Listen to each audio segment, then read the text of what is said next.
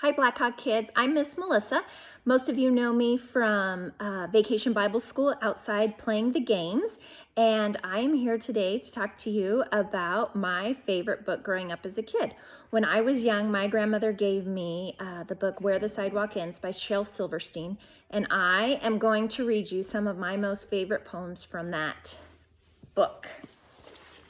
The first one is called Hug of War. I will not play at tug of war. I'd rather play at hug of war, where everyone hugs instead of tugs, where everyone giggles and rolls on the rug, where everyone kisses and everyone grins and everyone cuddles and everyone wins. The second poem that I like to read out of this book, one of my favorites, is called Smart. Let's see how smart this kid really is. My dad gave me $1 bill because I'm his smartest son, and I swapped it for 2 shiny quarters because 2 is more than 1. And then I took the quarters and traded them to Lou for 3 dimes. I guess he didn't know that 3 is more than 2. Just then along came old blind Bates, and just because he can't see, he gave me 4 nickels for my 3 dimes, and 4 is more than 3. And I took the nickels to Hiram Coombs down at the feed seed store, and the fool gave me 5 pennies for them, and 5 is more than 4. And then I went and showed my dad, and he got red in the cheeks and closed his eyes and shook his head, too proud of me to speak. All right, the next poem is titled For Sale. One sister for sale, one sister for sale, one crying and spying young sister for sale. I'm really not kidding, so who'll start the bidding? Do I hear $1, a nickel, a penny? Oh, isn't there any one kid who will buy this old sister for sale? This crying and spying young sister for sale? Look at the picture. She seems pretty sad, doesn't she?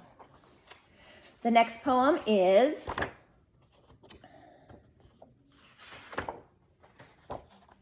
Sarah Cynthia Sylvia Stout, who would not take the garbage out. Sarah Cynthia Sylvia Stout would not take the garbage out.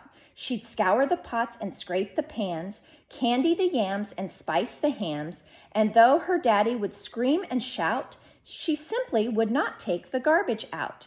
And so it piled up to the ceilings, coffee grounds, potato peelings, brown bananas, rotten peas, chunks of sour cottage cheese.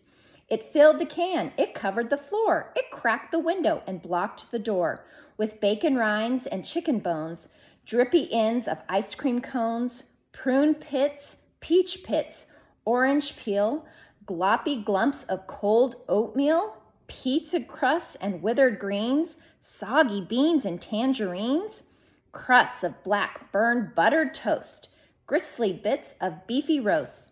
The garbage rolled on down the hall. It raised the roof. It broke the wall. Greasy napkins, cookie crumbs, globs of gooey bubble gum, cellophane from green bologna, rubbery, blubbery macaroni, peanut butter caked and dry, curdled milk and crusts of pie, moldy melons, dried up mustard, eggshells mixed with lemon custard, cold French fries and rancid meat, yellow lumps of cream of wheat. At last, the garbage reached so high that finally it touched the sky, and all the neighbors moved away, and none of her friends would come to play. And finally, Sarah Cynthia Stout said, "Okay, I'll take the garbage out." But then, of course, it was too late. The garbage reached across the state, from New York to the Golden Gate, and there in the garbage she did hate. Poor Sarah met an awful fate that I cannot right now relate, because the hour is much too late. But children, remember, Sarah Stout, and always take the garbage out. Look at that garbage piled really high. All right, the last poem that I'm going to read to you today is called Sick, and it is my absolute favorite poem by Shel Silverstein, so I hope you enjoy it as much as I do. I cannot go to school today, said little Peggy Ann McKay. I have the measles and the mumps, a gash, a rash, and purple bumps. My mouth is wet, my throat is dry, I'm going blind in my right eye. My tonsils are as big as rocks, I've counted 16 chicken pox. And there's one more, that's 17. And don't you think my face looks green? My leg is cut, my eyes are blue, it might be instamatic flu. I cough and sneeze and gasp and choke. I'm sure that my left leg is broke. My hip hurts when I move my chin. My belly button's caving in. My back is wrenched, my ankle sprained. My appendix pains each time it rains. My nose is cold, my toes are numb. I have a sliver in my thumb. My neck is stiff, my spine is weak. I hardly whisper when I speak. My tongue is filling up my mouth. I think my hair is falling out. My elbow's bent, my spine ain't straight. My temperature is 108. My brain is shrunk, I cannot hear. There is a hole inside my ear. I have a hangnail, and my heart is, what? What's that?